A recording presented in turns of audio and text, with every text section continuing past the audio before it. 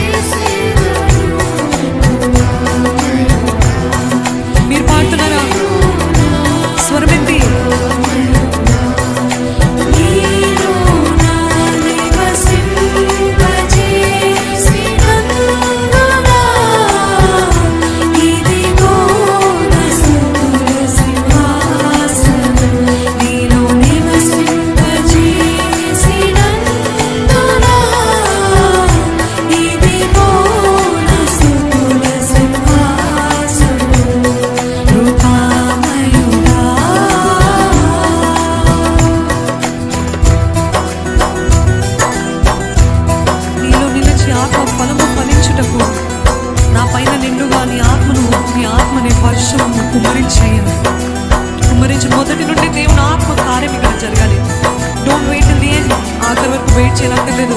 నిజంగా మీరు ఆత్మతో సత్యముతో దేవుని ఆరాధిస్తే దేవుని ఆత్మ వర్షములాగా మన మీద కుమరించబడుతుంది. నమ్ముతూ విశ్వసిస్తూ దేవా నీ ఆత్మ నా పైన కుమరించయ్యా, నీ ఆత్మ నాలో నివసింపజేయ్యా అని ప్రార్థన పూర్వకంగా పాడుకున్నాము. అదే రీతిగా స్తుతులు నడుపుతాము.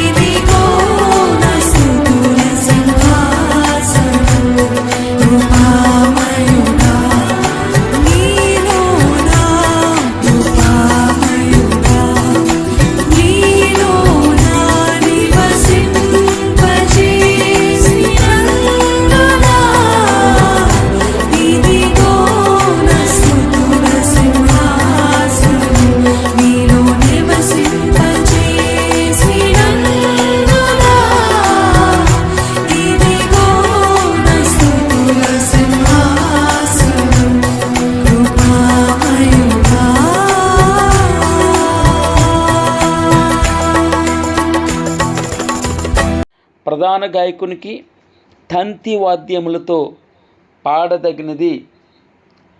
ఈ కీర్తనలో మనం దేవుణ్ణి తెలుసుకుంటాం, దేవుణ్ణి విశ్వసిస్తాం, ఆయనకి భయపడతాం, ఆయనకి లోబడతాం. ఈ 4 సంగతులు మనం ఎక్కువగా ధ్యానం చేస్తాం. 1 నుంచి 3 దేవుణ్ణి ఏ విధంగా తెలుసుకోవాలి, 4 నుంచి 6 దేవుని విశ్వసించాలి, 7 నుంచి 9 దేవుడికి భయపడాలి, 10 నుంచి 12 దేవునికి లోబడాలి. ఈ యొక్క సత్యాన్ని మనం మననం చేసుకుంటూ ధ్యానం చేసుకుంటూ ముందుకు వెళ్దాం. దేవుడే మనకు సహాయం చేయనుగాక. యూదాలో దేవుడు ప్రసిద్ధుడు. యూదా అనగా స్తుతి. యూదా అనగా స్తుతించేటటువంటి ఒక సమాజం. స్తుతించేవారు దేవుణ్ణి ప్రసిద్ధి చేయాలి. ఆయన దేవుడు ప్రసిద్ధుడు. స్తుతి చేయవారు దేవుణ్ణి ప్రసిద్ధి చేయాలి. ఇశ్రాయేల్లో ఆయన నామము గొప్పది. యూదాలో దేవుడు ప్రసిద్ధుడు. ప్రసిద్ధుడు అంటే గొప్పవాడు. ఇంకా అంతకంటే ప్రాముఖ్యమైన నామం ఉండదు. గొప్పతనం అంటే గొప్ప చేయడం. ఏ విధంగా ప్రసిద్ధుడు అవుతాడండి? ఒట్టొట్టుగా ప్రసిద్ధుడు అవుతాడా? ఎంత కష్టపడితే మనకి ప్రసిద్ధి రావాలంటే, మంచి పేరు రావాలంటే అంత ఈజీ అయినటువంటిది కాదు. ఎంతో కష్టపడాలి. చెడ్డ పేరు రావాలంటే ఫ్రాక్షన్ ఆఫ్ సెకండ్ చాలు. నోటిలో నుంచి ఒక అపవిత్రమైన మాట వచ్చిందనుకోండి, అయిపోయింది వాడి పని, అక్కడితోటే కథం. కానీ ప్రసిద్ధి కావాలంటే ఎంతో కష్టంతో కూడుకుంది. అందరూ ప్రసిద్ధి చెందలేరు. అందరి పేర్లు అందరి నోట్లలో నానలేవు. కానీ దేవుడు అంటాడు, యూదాలో స్తుతించి జనంలో దేవుడు ప్రసిద్ధుడు. మన సహవాసాల్లో ఆయనకి తప్ప వేరెవరికి కూడా తప్పట్లు కొట్టకూడదు. మనం ఎవరైనా క్రొత్త వారు వచ్చినప్పుడు తప్పట్లతో ఆహ్వానిస్తాం. తప్పట్లు కొట్టకూడదు. భగవంతుని ఒక్కడికే మహిమ ఇవ్వాలి. ఆయన నామాన్ని మాత్రమే ప్రసిద్ధి చేయాలి. రెండో విషయం, మనం సంఘాల్లో ఎవరెవరిని పొగడకూడదు. మంచిది, చెప్పడం తప్పేం కాదు. కానీ భగవంతుని కంటే ఎక్కువగా చాలా మట్టుకి నేను ఇప్పటికీ చూస్తాను, పాస్టర్ గారు అంటే గౌరవం ఉండొచ్చు, కానీ మరీ అంత పిచ్చి ఉండకూడదు. గస్తమాన పాస్టర్ గారు, అయ్యగారు, పాస్టర్ గారు అన్న మాటలు ఉచ్చరించకూడదు. భగవంతునికే ఎక్కువ రావాలి. మేము బోర్లం. పాస్టర్లు ఎవరైనా సరే, ఏ పాస్టర్ అవనే, ఇంకొకటి అవనే, అయ్యగారు అవనే, బోర్లు దేవుని నామాన్ని ప్రసిద్ధి చేస్తారంతే. వాక్యాన్ని ఉచ్చరించడం, వాక్యాన్ని బోరు అంటే ఏంటండి? మైకా గొట్టాలని ఊరు. అప్పుడు మైకా గొట్టం ఏం చేస్తుంది? జస్ట్ అందులో ఉన్నటువంటి వాయిస్ని బయటికి ఎక్స్ప్లోడ్ అవుతుంది. అంటే బయటకు వెళ్ళడానికి మాత్రమే జస్ట్ ప్రసన్న. ఒక వైర్ లాంటి వాళ్ళు భగవంతునికి మనుషులకి మధ్య అనుసంధానం అంటారే, ఒక వైరు, ఒక గొట్టం అట్లా. అనగా దేవునికి రావలసినటువంటి ప్రాముఖ్యత వేరే వారికి ఇవ్వకూడదు. ఎవరిని కూడా మాటికి మనం రెవరెండ్లని ఇంకొకటి ఎప్పుడు పొగడ్తలు. పూజనీయుడు, ఆయన ఒక్కడే పూజనీయుడు. రెవరెండ్ అంటే ఏంటి? పూజనీయుడు. పేర్లు పెట్టుకోకూడదు. ఆయనకే ఘనత, ఆయనకే మహిమ. మనం ఏదైనా సరే భగవంతునికే. సహోదరుని పిలవచ్చు, లేదా పాస్టర్ని పిలవచ్చు, బోధకుడిని పిలవచ్చు. ఇంకంతకంటే ఎక్కువ ఎవరెవరికి కూడా ఘనత రావడానికి వీల్లేదు. సరే, ఏ విధంగా వస్తుంది ప్రసిద్ధి? కష్టపడితే వస్తుంది. తన స్వరక్తం ఇచ్చి, మామూలుగా రాలేదు. ఎలా వచ్చిందమ్మా? తన సొంత రక్తం ఇచ్చి. నిన్న మనం చూసాం, చేదు ద్రాక్షారసం అనగా మొత్తిస్తుంది. మొత్తిస్తే ఈ గాయాలు, ఈ బాధలు తగ్గిపోతాయి. భగవంతుడు నీ కొరకు, నా కొరకు బాధపడడానికి ఇష్టపడ్డాడు. అందుకే ఆయన ప్రసిద్ధి చెందాడు. ఆయన మనసు ఎరిగి ఉండాలి మీరు అన్నాడు. ఫిలిప్పీలకు రాసిన పత్రిక 2:7 కదండి. ఆయన మనసు ఎరిగి ఉంటే ఏ విధంగా ఆయన ప్రసిద్ధి చెందాడో అర్థమవుతుంది. మనుషుల పోలికగా పుట్టి దేవుని స్వరూపం కలిగిన వాడై ఉండి దేవునితో సమానంగా ఉండుట విడిచిపెట్టకూడని భాగ్యమని ఆయన ఎంచుకోలేదమ్మా. మనుషుల పోలికగా పుట్టాడు, దాసుని స్వరూపం ధరించుకున్నాడు, తన్ను తానే రిక్తునిగా చేసుకున్నాడు, ఏమీ లేనుడుగా చేసుకున్నాడు. మరియు ఆయన ఆకారమందు మనుషుడిగా కనబడ్డాడు. మరణం పొందినంతగా, ఎంతగా అమ్మా? మరణం పొందినంతగా, అనగా సిలువ మరణం పొందినంతగా విధేయత చూపించాడు. తనను తాను తగ్గించుకున్నాడు. ఆ విషయాన్ని బట్టి అందుచేత పరలోకమందు ఉన్నవాళ్ళకు కానీ భూమి మీద ఉన్నవాళ్ళకు కానీ ప్రతి వాని మోకాలు యేసునామమున వంగుతుందట. ప్రతి వాని నాలుక తండ్రి అయిన దేవుని మహిమార్థమే యేసుక్రీస్తు ప్రభువు అని ఒప్పుకుంటుంది. ప్రతి వాని నాలుక తండ్రి అయిన దేవుని మహిమార్థమే యేసుక్రీస్తు ప్రభువు అని ఒప్పుకోవాలి. దేవుడు అంతగా హెచ్చించడానికి కారణం ఏంటో తెలుసమ్మా? ఆయన విధేయత చూపించాడు, తనను తను తగ్గించుకున్నాడు. ఆయన ఎక్కడ, మనం ఎక్కడ? ఈ నీచుడు ఎక్కడండి? ఈ నీచుడు కొరకు, అధముడు కొరకు, ఎన్నిక లేని వాడు కొరకు భగవంతుడే కిందకి దిగి వచ్చాడు.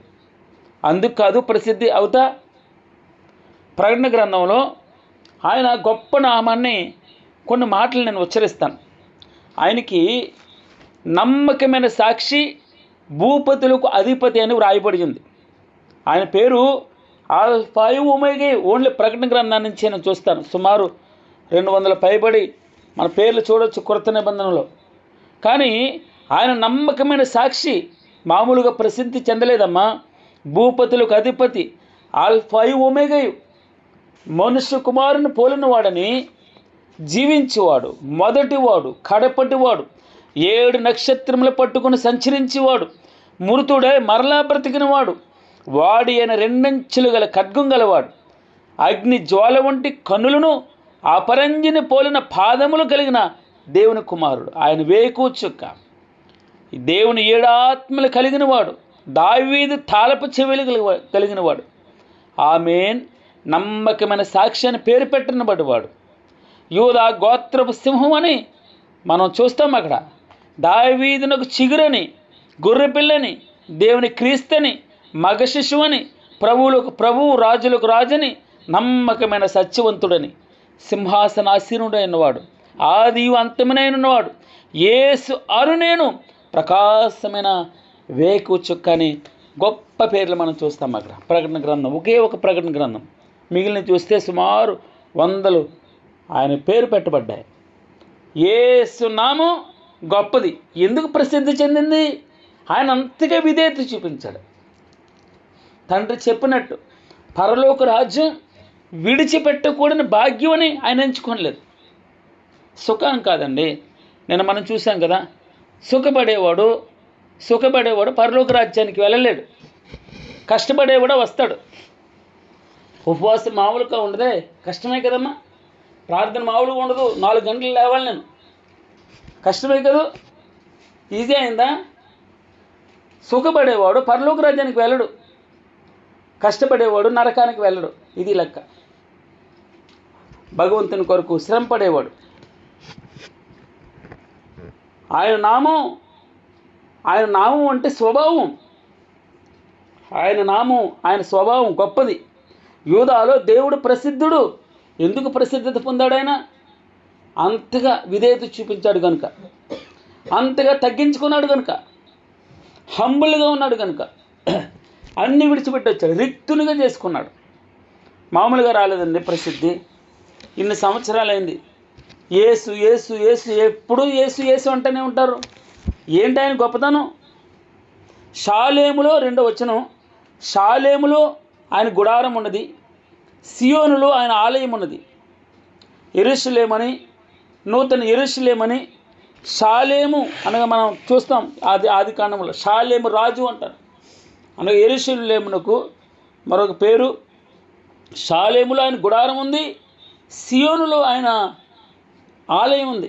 పాత నిబంధన గ్రంథానికి సంబంధించిందైనా మనం ఏ విధంగా అన్వయించుకోవాలి? ఆ ఆలయం మనమే కదూ, ఆ ఆలయం మన ఇల్లే కదూ. ఆయన ఆలయమే అన్నారు. ఈ ఆలయాన్ని పాడు చేయొద్దు అంటాడు భగవంతుడు. మనమే ఆయన ఆలయం, మన పిల్లలే, మన హృదయమే, మన ఇల్లే నివసించడానికి యోగ్యమైనది. చర్చ్ అంటే కట్టడం కాదు, చర్చ్ అంటే బిల్డింగ్ కాదు. చాలా మట్టుకి ఆలయం కోసం ప్రార్థన చేస్తాం, మంచిదే. ఆలయాలు క్రీస్తు సంఘము ఆరాధించే స్థలం. మీకు అర్థమవుతుందన్నమాట. క్రీస్తు సంఘం, మనం క్రీస్తు సంఘం ఆరాధించే స్థలం చర్చ్ అంటారు. చర్చ్ అంటే 2-3 ఎక్కడ కూర్చుంటారో అది చర్చ్ అవుతుంది. ఇల్లు అవ్వచ్చు, ఖాళీ స్థలం అవ్వచ్చు. మత్తయి సువార్త 18:20 అంటాడు, ఏలయనగా 2-3 నా నామమున ఎక్కడ కూడియుందరో అక్కడ నేను వారి మధ్యన ఉంటానన్నాడు. భగవంతుడు మన మధ్యలోకి వస్తాడు. ఆయన నామం పేరట మన ఇంట్లో కూర్చున్నామా అది చర్చ్ అవుతుంది.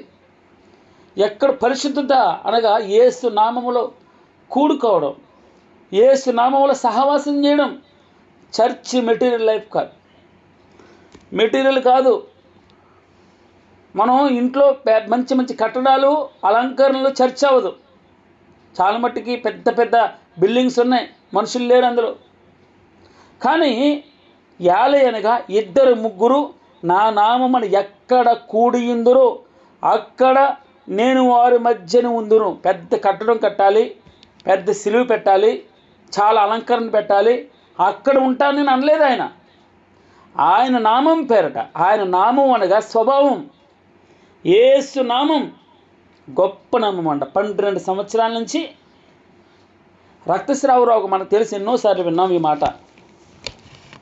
అనేక వైద్యుల చేత, ఎవరి చేతమ్మా? అనేక వైద్యుల చేత ఎన్నో తిప్పలు పడ్డారు తల్లిగారు. తనకు కలిగినదంటే వ్యయం చేసుకుంది, ఎంత మాత్రం ప్రయోజనం లేదు. చివరికి ఎక్కడికి వచ్చిందమ్మా? యేసుని గురించి వింది. ఆయన యేసుని గురించి విని వస్త్రపు చెంగు ముట్టుకుంటే చాలు అనుకుంది మనసులో. వెనుక వాగున వచ్చింది, వస్త్రపు ముట్టింది. 12 సంవత్సరాల నుంచి కంటిన్యూస్ బ్లీడింగ్. అనేక వైద్యుల చేత ఎన్నో తెప్పలు పడ్డది. ఆమె యేసుని గురించి విని, యేసు నామం అనగా యేసు స్వభావం. యేసు నామం అంటే పేరు కాదు, స్వభావం. ఆయన స్వభావాన్ని గురించి వింది, ఆశ్చర్యకార్యాలు విన్నది. ఒక రాయి వేద్దాం అనుకుంది, వెనక నుంచి వచ్చింది, బయటకు ముందరకు రాలేదు, ధైర్యం సరిపోలేదు. స్తోత్రం ప్రభా. యేసు నామంలో, ఆయన స్వభావంలో గొప్పతనం ఉందండి. ఏ సమస్య అయినా సరే, అన్ని సమస్యలకి దేవుని సన్నిధే. ఆయన ప్రార్థన సమూహమే, ప్రార్థన సమూహం. నిన్న మనం చూసాం కీర్తన 73:28 నాకైతే దేవుని పొందు ధన్యకరం అంటాడు. దేవుని పొందు, దేవుని కౌగిలి, దేవునితో స్నేహం, దేవుని పక్కన కూర్చోవడం, దేవుని సన్నిధిలో పాట పాడడం, దేవుని సన్నిధిలో ఆరాధించడం, దేవుని సన్నిధిలో ఆయన శరీరాన్ని మీద తాకడం, ఆయన పొందు ధన్యకరం. ఎంత మంచి మాట అండి. దేవుని పొందు ధన్యకరం. నిన్న 75:9 చూసాం. నేనైతే నిత్యము ఆయన స్తుతిని ప్రచురం చేస్తాను. యాకోబు దేవుని నేను నిత్యము కీర్తిస్తాను. నేను నిత్యము కీర్తిస్తాను. ఎల్లప్పుడూ ఎందుకు చర్చికి వెళ్తున్నారు వాళ్ళు? ఎప్పుడు చర్చి అని ఎందుకు అంటారు? ఆయన నామం గొప్పది. ఈ మాట ఒక్కటి చాలండి మనం ముగించి ప్రార్థన చేయడానికి. యూదాలో దేవుడు ప్రసిద్ధుడు, ఇశ్రాయేలులో, నీ ఇంట్లో, నీ సమాజంలో, నువ్వెక్కడుంటే అక్కడ ఆయన నామం గొప్పది చేయాలని భగవంతుడి ఇష్టం. నీ ద్వారా నీవే గొప్పగా చేయాలి. మార్కు సువార్త 5:16 అంటాడు, మనుషులు మీ సత్క్రియలను చూచి, మీ ప్రవర్తన చూచి, మాట చూచి, మనుషులు మీ సత్క్రియలను చూచి పరలోకమందున్న మీ తండ్రిని మహిమపరిచినట్లు వారి ఎదుట మీ వెలుగును, మీ సాక్ష్యమును, మీ మంచి జీవితాన్ని అక్కడ ప్రకటించాలి. ప్రకటించడం అంటే చెప్పడం కాదు, కనపరచాలి. మాట చెప్పడం కాదండి, యేసు నిజమైన దేవుడని చెప్పడం పెద్ద గొప్పతనం కాదు. ఫ్రాక్షన్ ఆఫ్ సెకండ్ నువ్వు బతకొద్దు, అలా ఉండొద్దు, ఆయన స్వభావం పుణుకుపుచ్చుకోవద్దు. యేసునామం గొప్పదని చెప్పాలంటే మనం ప్రయత్నం చేయాలి. యేసు క్రీస్తు వారు వలె ఉండడానికి పిలువబడ్డాం. రోమీయులకు రాసిన పత్రిక 1వ అధ్యాయము 1వ వచనం 7వ వచనంలో చివరి భాగంలో మాట ఉంటుంది. యేసు క్రీస్తు వారు వలె ఉండడానికి పిలువబడ్డాం. ఆయన పత్రికలుగా ఉండడానికి పిలువబడ్డాం. ఆయన పొందు అంటే ఏంటో తెలుసమ్మా? నాకైతే దేవుని పొందు ధన్యకరం అంటాడు. ఆయన పక్కన ఉన్నప్పుడు ఆయన స్వభావాన్ని పుణుకుపుచ్చుకోవడం. మన ఫ్రెండ్స్తో ఉంటాం. మన ఫ్రెండ్స్తో ఉన్నప్పుడు మన ఫ్రెండ్స్ ఏ విధంగా చేస్తారో మనం అనుకరిస్తాం. అనుకరించడం అంటే వారిని ఫాలో అవుతాం. ఎవరు పెద్ద పెద్దలను చూస్తాం, వారిని ఫాలో అవుతాం. మన డ్రెస్సు, మన హెయిర్ స్టైలు అన్నీ ఫాలో అవుతాం. ఈ రోజున ఆయన పొందు, దేవుని పొందు మనకు ధన్యకరం. ఆయన దగ్గర మనం నేర్చుకోవాలి. ఆయన స్వభావం గొప్పది. షాలేములో ఆయన గుడారం ఉంది, సీయోనులో ఆయన ఆలయం ఉంది. అక్కడ 3వ వచనంలో వింటిని, అగ్ని బాణములను, ఖేడములను, కత్తులను, యుద్ధాయుధములను ఆయన విరగొట్టాను. 12 సంవత్సరాల నుంచి కదమ్మా రక్తస్రావం కంటిన్యూస్. 18 సంవత్సరాల నుంచి నడుము వంగిపోయిన స్థితి, 38 సంవత్సరాల నుంచి లేవలేని స్థితి. కోనేరు బెతెస్దా స్థలం దగ్గర పడి ఉన్నాడు ఒకడు. 18 సంవత్సరాలు దెయ్యం పట్టి నడుము వంగిపోయింది, పైకి చూడలేని స్థితి. 12 సంవత్సరాల నుంచి తల్లి ఎంత బాధపడ్డదో. కంటిన్యూస్గా బ్లీడింగ్. చెప్పడానికే భయంకరంగా ఉంటుంది మాట. అనేక వైద్యుల చేత ఎన్నో తిప్పలు పడ్డది. తనకు కలిగినదంతా వ్యయం చేసుకుంది, ఖర్చు అయిపోయింది. ఎంత మాత్రం ప్రయోజనం లేక మరింత సంకటపడిను అని వ్రాయబడింది అక్కడ. మార్కు సువార్త 5వ అధ్యాయము 25 నుంచి 29లో ఈ మాటలు మనం చూడవచ్చు. ఆమె చేసిందల్లా యేసుని గూర్చి విని కేడెములను అక్కడ వింటి అంటే విల్లు, అగ్ని బాణం. ఆయన విల్లును, అగ్ని బాణములను, ఖేడములను, కత్తులను, యుద్ధాయుధములను ఆయన విరగొట్టను. ప్రతి సమస్య, అన్ని సమస్యలకు మందు దేవుని సన్నిధి. ఆయన్ని నేను సరిగా అర్థం చేసుకోకే నా బాధ అంతా. ఆయన మీద సరిగా ఆధారపడకే. ఆయన యేసుని గురించి విని ఏం చేసింది? నమ్మింది, విశ్వసించింది.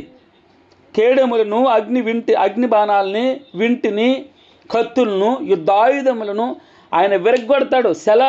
ఆగండి, ఆలోచించండి, మరలా ధ్యానం చేయండి దేవుని వాక్యాన్ని. దుష్ట మృగములుండు పర్వతముల సౌందర్యం కంటే నువ్వు అధిక తేజస్సు గలవాడు. భగవంతుని యొక్క స్వరూపాన్ని, ఆయన ముక్కు ఎంత ఉందో, ఆయన మనం పరమగీతంలో చదువుతాము కదా, ఆయన వెంట్రుకలు ఎలాగ ఉన్నాయో. ఆత్మీయ అర్థం మంచిదే, కానీ ఆయన మనం ఏ విధంగా ఈరోజున ఆత్మీయంగా ఆయన అందాన్ని వర్ణించాలి? మొట్టమొదటి క్వాలిఫికేషన్ పరిశుద్ధత. ఆయన ఒక్కడే అన్నాడు, నాలో పాపం ఉన్నదని మీలో ఎవడు స్థాపించగలడు? ఖరాఖండిగా ఆయన ఆత్మీయమైన సౌందర్యం నేను కూడా అలా పుచ్చుకోవాలి. మనం ఏం చేస్తాము? పరమగీతం 5వ అధ్యాయంలో 10,000 మందిలో నిన్ను గుర్తింపవచ్చును, నువ్వు అధిక సుందరుడువు, నీ తలలాగుంది, నీ కళ్ళులాగున్నాయి. ఆ మాటలు మనం చూస్తుంటే ఎంతో అద్భుతంగా ఉంటుంది. కానీ విచిత్రం ఏంటో తెలుసమ్మా? అందం కంటే సౌందర్యం. ఎస్తేరు అన్నది, అయ్యా నాకేం కోరికలు లేవు. అందరూ వచ్చేమన్నారు, నాకు ఈ నగలు పెట్టు, నాకు ఈ చీర ఇయ్యి, నాకు ఈ తల ఇలా దువ్వు, నాకు ఈ చెవులకి ఈరింగులు పెట్టు, వడ్డానం పెట్టు. భగవంతుడు చూడని అందమా అండి? రాజు చూడని అందమా? చూడని బంగారమా? చూడని నగల? ఏ మెప్పు కావాలి ఆయనకి? రాజుకి ఏ మెప్పు కావాలి? రాజు రాజు చూస్తే దయ పొందాలి. రాజు చూసిన వెంటనే ఆ ముఖంలో తేజస్సు ఉంది. దుష్ట మృగముల యందుండు పర్వతం సౌందర్యం కంటే, ఏమన్నాడమ్మా? దుష్ట మృగములుండు పర్వతముల సౌందర్యము కంటే నువ్వు అధిక తేజస్సు గలవాడు. 76వ కీర్తన 4వ వచనంలో మన ముఖంలో తేజస్సు రావాలి. తేజస్సు, ముఖం పరిశుద్ధాత్మ దేవుని యొక్క ఆ రూపం బయటకు రావాలి. మన ముఖం చూస్తే జాలి కలగాలి. మన ముఖం చూస్తే భరోసా రావాలి మనుషులకి. మన ముఖం చూసినప్పుడు, మనల్ని చూసినప్పుడు, మన ఇంటికి వచ్చినప్పుడు ఆదరణ కలగాలి. ఎస్తేరు రాజు ముందర నిలవబడ్డది. ఆమె ఏమి ఎక్స్ట్రా అడగలేదు. కొత్త కోరికలు లేవు ఆమెకి. వేరే విధమైన ఆప్షన్స్ ఏమి ఇవ్వలేదు. హేగే ఆ అధికారి ఏం పెట్టుకోమన్నదో నీవు ఇచ్చిందే తీసుకుంటాను. నీ అలంకరణ నా అలంకరణ, నాకు ఎక్స్ట్రా వద్దు. ఆమె ముఖం దయ కలుగుతుంది, రాజుకి దయ పుట్టిస్తుంది. అందుకే మనుషులు మీ సత్క్రియలను చూచి పరలోకమందున్న మీ తండ్రిని మహిమపరిచినట్లు వారి ఎదుట మీ వెలుగును, ముఖంలో వచ్చే తేజస్సును, నోటి నుంచి వచ్చే మంచి మాట, మన చేతులు, క్రియలు, మంచి క్రియలు ఇతరులకి మనకు తేడా కనబడాలండి.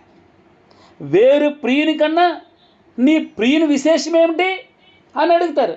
ఏం చెప్తావు? 1 గంట చెప్పగలమమ్మా మనం యేసుని గురించి?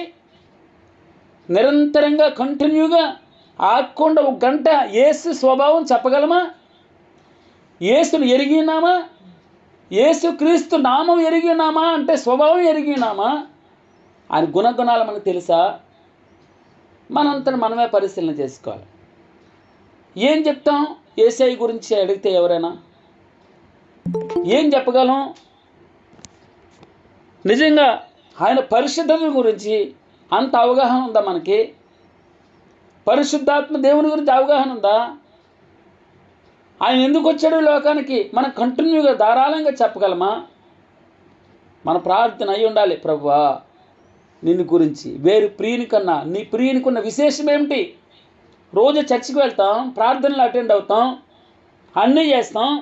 ఎవరన్నా అడిగితే ఆయన దయాగుణాన్ని, ఆయన కరుణగల దేవుడని, పాపం లేనివాడని, ఆయన పరిశుద్ధుడని, ఆయన నిర్దోషని, పవిత్రుడని, క్షమాభిక్ష గలవాడు, ఆయన క్షమించి దేవుడని మనం చెప్పగలమా? ఎప్పుడు చెప్పగలమో తెలుసమ్మా?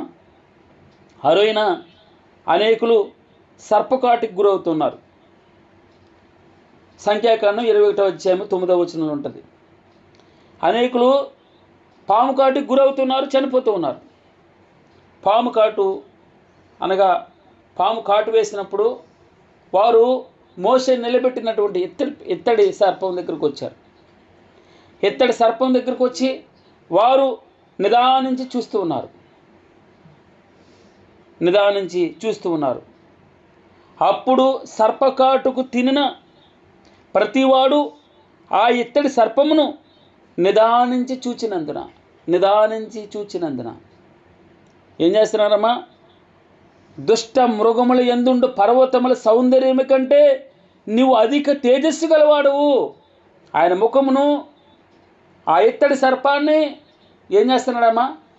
నిదానించి మరలా చెప్తాను, నిదానించి విశ్వాసమునకు కర్తయు దానిని కొనసాగించేవాడునైనా యేసు వైపు చూచుచు ఆయన మీద లక్ష్యం ఉంచుచు, యేసు నామం గొప్ప నామం, యేసు స్వభావం ఆయన వైపు నిదానించి చూస్తూ చాలండి. ఏమైనా మనం చేయగలం. నా మట్టుకు నేను కూడా ప్రభువా నాకు అట్టి విశ్వాసం, నిన్ను నిదానించి చూడాలి. నిన్నే అసలు నా దృష్టి అటు ఇటు కదలకూడదు. ఆయన మీదే మన కాన్సన్ట్రేషన్ ఉండాలి. యేసునే మనం చూడాలి. యేసు క్రీస్తు ప్రభువుని నిదానించి చూడాలి. గలతీయులకు రాసిన పత్రిక 6:14 అంటాడు, మన ప్రభు అయిన యేసు క్రీస్తు సిలువ యందు తప్ప మరి దేని యందు అతిశయించుట నాకు దూరమవునుగాక, నాకు దూరమవునుగాక. అప్పుడు సర్పకాటుకు గురైనటువంటి ప్రతివాడు, పాము కాటుకు గురైన ప్రతివాడు మోషే నిలబెట్టిన ఎత్తడి సర్పం వైపు చూస్తున్నారు. ఆయనే యేసుక్రీస్తు.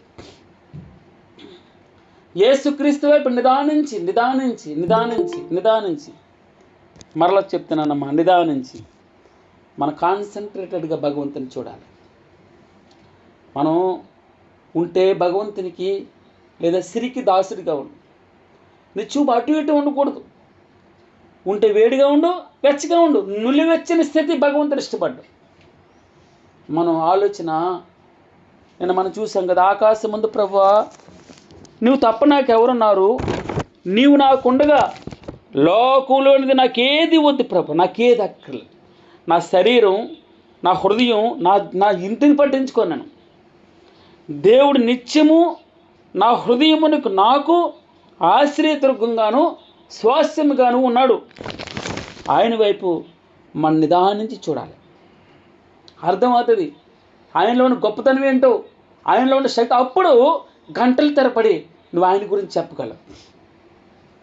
మొట్టమొదట ఆయన మనకిచ్చిన రక్షణను బట్టి ఎక్కువ అర్థం కావాలమ్మా.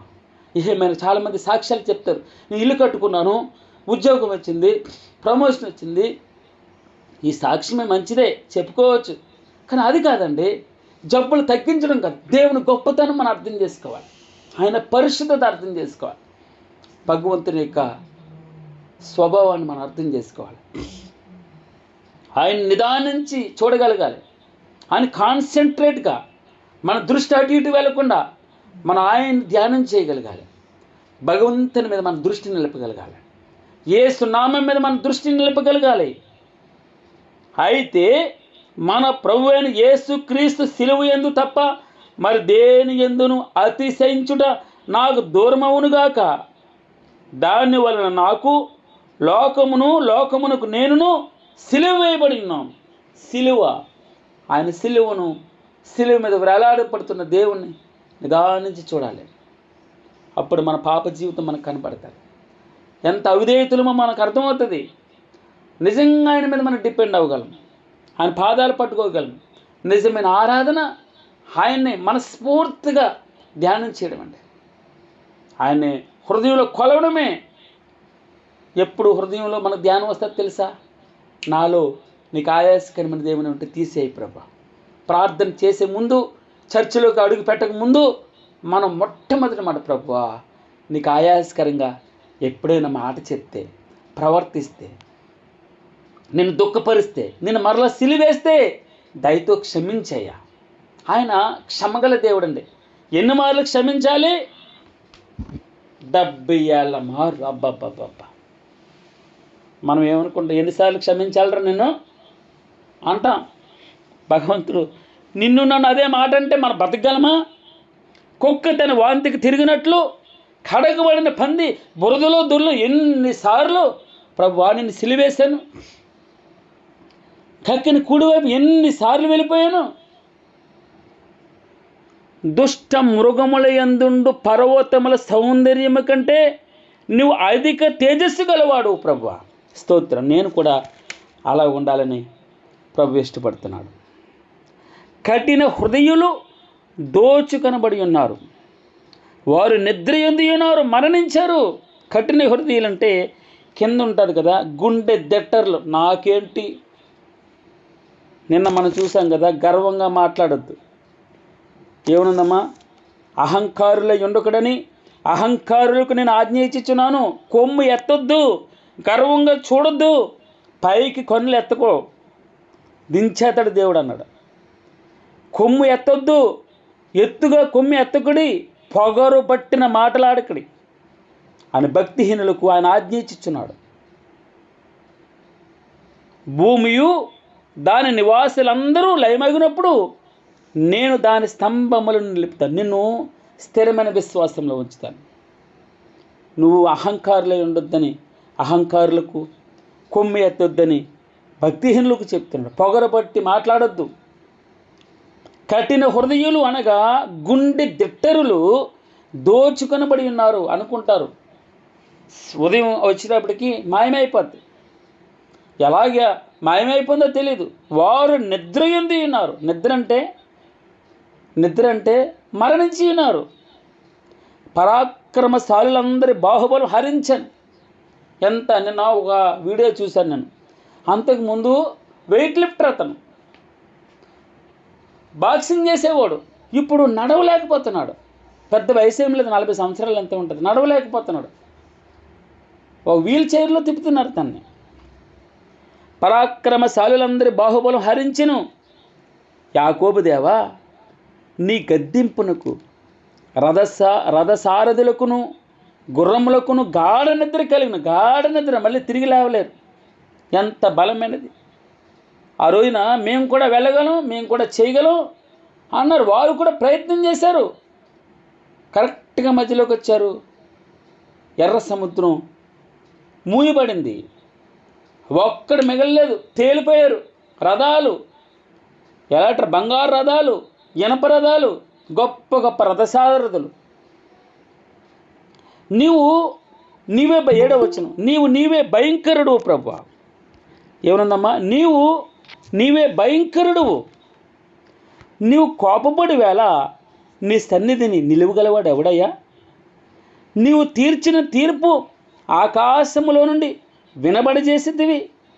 దేశములో శ్రమనొందిన వారినందరినీ రక్షించుటకే న్యాయపు తీర్పునకు దేవుడు లేచినప్పుడు భూమి భయపడి ఊరకుండెను. 9వ వచనం, 76వ కీర్తన 9వ వచనం. దేశములో శ్రమనొందిన వారినందరినీ రక్షించడానికట, న్యాయం తీర్పు తీర్చడానికి దేవుడు లేచినప్పుడు భూమి ఊరుకుంటుందట, భయపడిపోయి ఊరుకుంటుందంట, మాట్లాడదట. ఆయన ఎదుట ఎవరికి ధైర్యం చాలదు. ఆయన ఒక అడుగు పెడితే ఆ సీనాయి పర్వతం కదిలిపోయింది. కొలిమి దూము అంటే ఏంటో తెలుసమ్మా? ఒక ఫర్నేస్లో నుంచి సుమారు 2000 డిగ్రీస్ పైబడి టెంపరేచర్ వస్తున్న కొలిమిలో నుంచి వచ్చి పొగ ఎలా ఉంటుందో అలాంటి కొలిమి ఆయన అడుగు పెడితే కంపిస్తున్నాయి. అయ్యా, నువ్వు మాతో మాట్లాడు మోషే అంటున్నారు ఇశ్రాయేలు జనాంగం. ఆయన మాట భయంకరంగా ఉంటుంది. భగవంతుని ఎవరు చూడలేదు. ప్రభువులకు ప్రభువును, రాజులకు రాజు ఆయన మాత్రమే అమరత్వంలో వసిస్తూ ఉన్నాడు. దేవుణ్ణి చూసినవాడు లేడు. మోషే ముఖాముఖిగా మాట్లాడాడు అంటారు, కానీ ఆయన్ని డైరెక్ట్గా కళ్ళు పెట్టి చూడలేడు. ఒక రోజు నీ మహిమను చూడాలన్నాడు. రా, ఇదిగో బండ వెనకాల ఉండాలి నువ్వు. బండ చాటుననగా యేసు క్రీస్తు. ఎవడైనా దేవుని దగ్గరికి వెళ్ళాలంటే యేసు క్రీస్తు ద్వారా అన్నాడు. బండ దగ్గర నిలబడు, బండ పక్కనుండు, ఆ బండ సందుల్లో నుంచి నా చేయితో నిన్ను కప్పుతాను, అప్పుడు చూస్తావు. నా వెనక భాగాన్ని చూశాడట, పాదాలు చూశారట. పెద్దలు చూశారు, పాదాలు చూసి బతికారు. దేవుణ్ణి ముఖాముఖిగా చూసి బ్రతికిన వాడు ఎవడూ లేడు. ఆయన భయంకరుడు. 9వ వచనంలో దేశంలో శ్రమనొందిన వారిని అందరినీ రక్షించడానికి న్యాయము తీర్పు. ఎలాంటి తీర్పు అమ్మా? మనం 68వ కీర్తన చూడండి. 68వ కీర్తనలో మనం చూసాం కదా, తన పరిశుద్ధాలయమందుండే దేవుడు తండ్రి లేని వారికి తండ్రియు, విధవరాండ్రకు న్యాయకర్త అయి ఉన్నాడు. విధవరాండ్రకు న్యాయం చేయు. ఏమంత పేరు వస్తుందమ్మా? ఏం ప్రసిద్ధి అవుతుంది ఆయన నామం? విధవరాండ్రకు న్యాయం చేస్తే.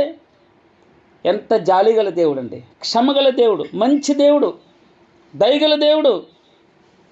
దేవుడు విధవరాండ్రకు న్యాయకర్తనే అయినాడు. దేవుడు ఏకాంగులను సంసారులుగా చేస్తూ ఉన్నాడు. బంధింపబడిన వారిని విడిపిస్తూ ఉన్నాడు. విడిపించడం కాదు, వారిని వర్ధిల్ల చేస్తూ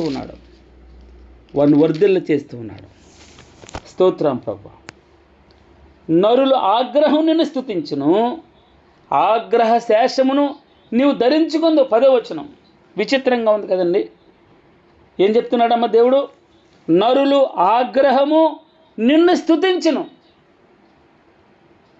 ఉదయం ఒక మాట, నరుని కోపం దేవుని నీతిని, అంటే ఏమన్నాడమ్మా మాట చెప్పండి, నేను మర్చిపోయాను. నరుని కోపం దేవుని నీతిని నెరవేర్చదు కదండి అని పెట్టుకుంది ఒక ఆమె స్టేటస్. ఎవరో కీర్తి. చాలా సంతోషపడ్డాను. అవును, నరుల కోపం దేవుని నీతిని నెరవేర్చదు, కరెక్టే.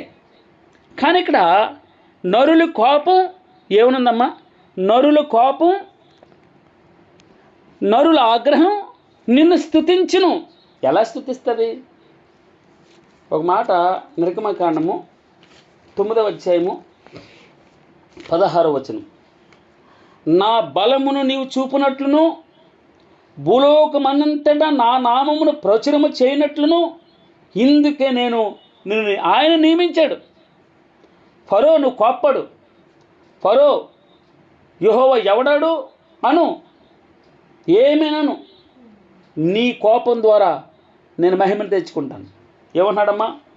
అందుకు ప్రభువు నీ వెళ్ళు, అన్య జనుల ఎదుటను, రాజుల ఎదుటను, ఇశ్రాయేలుల ఎదుటను కదండి, నా బలమును నువ్వు చూపినట్లును, భూలోకమందంతటా నా నామమును ప్రచురం చేయనట్లును, ఇందుకే నేను నిన్ను నియమించాను. నువ్వెంత కోప్పడతావో అంతగా దేవుని స్తుతిస్తావు.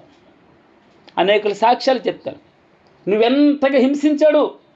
అపోస్తుల కార్యములు 9:15 అంటాడు, అందుకు ప్రభు అంటాడు, నీ వెళ్ళుము, అన్యజనుల ఎదుటను, రాజుల ఎదుటను, ఇశ్రాయేలుల ఎదుటను నా నామం భరించడానికి ఇతడు నేను ఏర్పరచుకున్న సాధనం. అంతకుముందు హింసకుడైన, అనేకులు చంపాడు, దేవుని దూషించాడు. ఎవడాడు? డైరెక్ట్గా ఇలా ఎవడు వాడు అన్నవాడు ఇప్పుడు ఏమంటున్నాడు తెలుసమ్మా? నా నామం భరించడానికి ఇతడు నేను ఏర్పరచుకున్న సాధనం. ఇతడు నా నామం కొరకు ఎన్ని శ్రమలను అనుభవింపవలనో నేను ఇతనికి చూపుదునని అతనితో అనగా అననీయతో చెప్తూ ఉన్నాడు. ఎవరి గురించి? అపోస్తలుడు కాకముందు పౌలు కాకముందు సౌలు గురించి మాట్లాడుతున్నాడు. సౌలు కోపం దేవుని స్తుతించిందా లేదమ్మా? ఫరో కోపం దేవుని స్తుతించిందా లేదా? ఒక విధంగా చెప్పుకుంటే నరుని కోపమట, నరుని ఆగ్రహమట. ఎన్నో వచ్చిన 10వ వచనం, నరుని ఆగ్రహం నిన్ను స్తుతించును, ఆగ్రహ శేషమును నీవు ధరించుకుందు. ఆగ్రహ శేషం అంటే కోపం మిగిలిపోయింది, కొంచెం కోపం మిగిలిపోయింది అనుకో, ఆయన ధరించుకుంటాడట. ఆయన నిజంగా కోప్పడటం మొదలు పెడితే, అంటే మనం కోపాన్ని మొత్తం కోప్పడిపోతాం అనుకోండి, గుండాగిపోయి చచ్చిపోతాం. అందుకే శేషాన్ని ఆయన ధరించుకుంటాడట.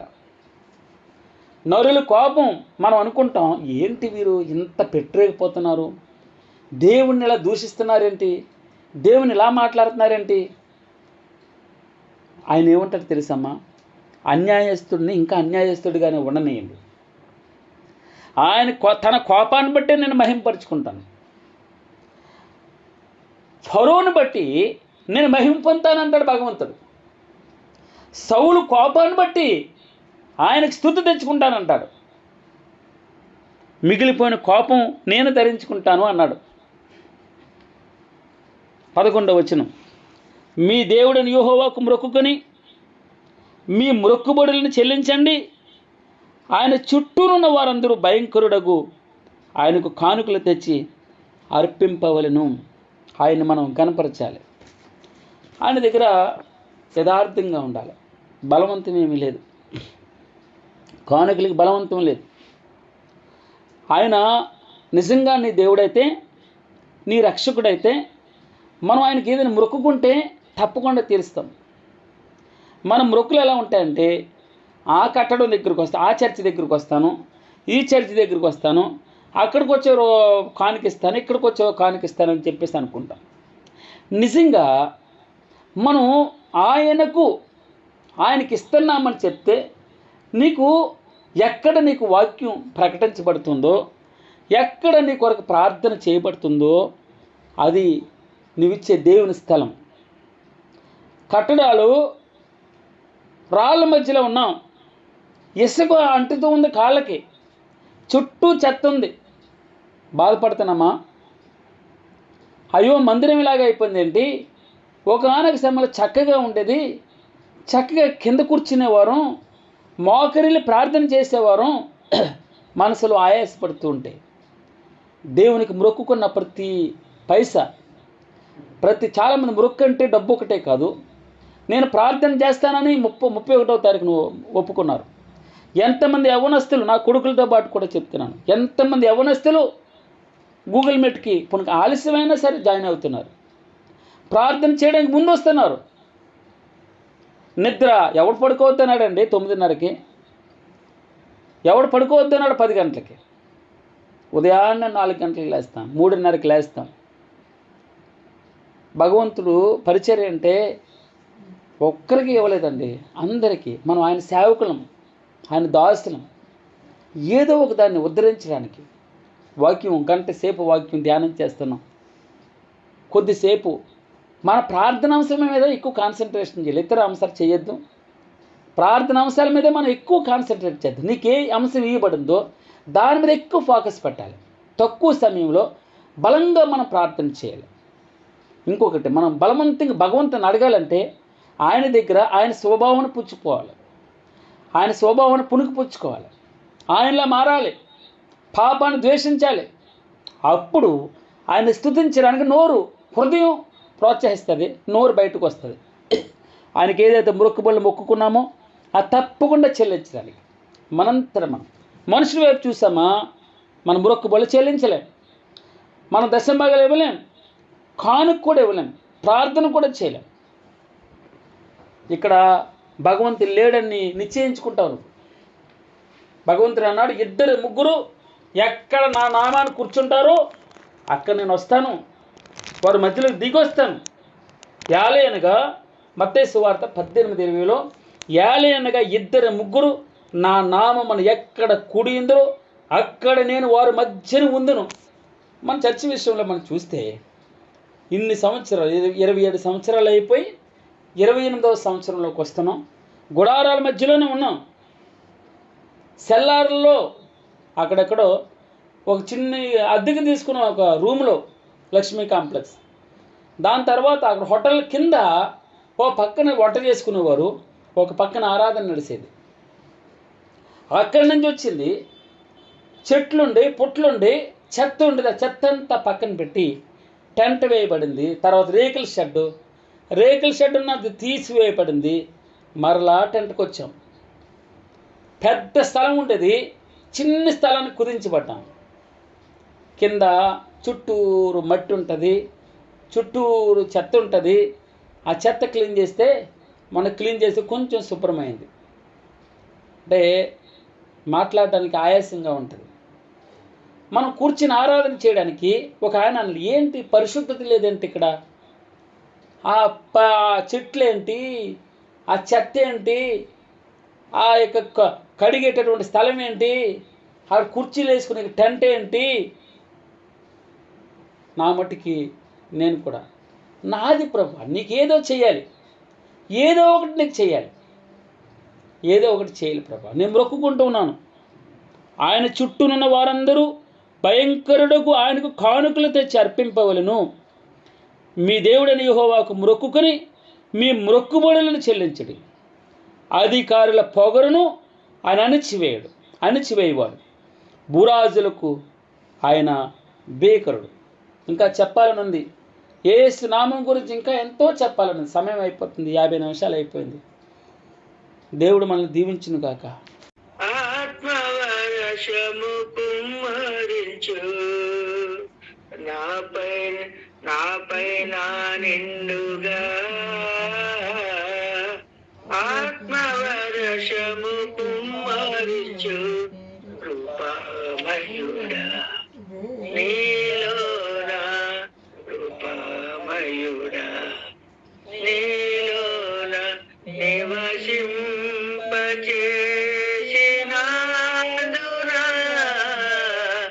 ఇదిగో నా స్తుతుల సింహాసనం, నీలో నివసింపచేసినాదునా,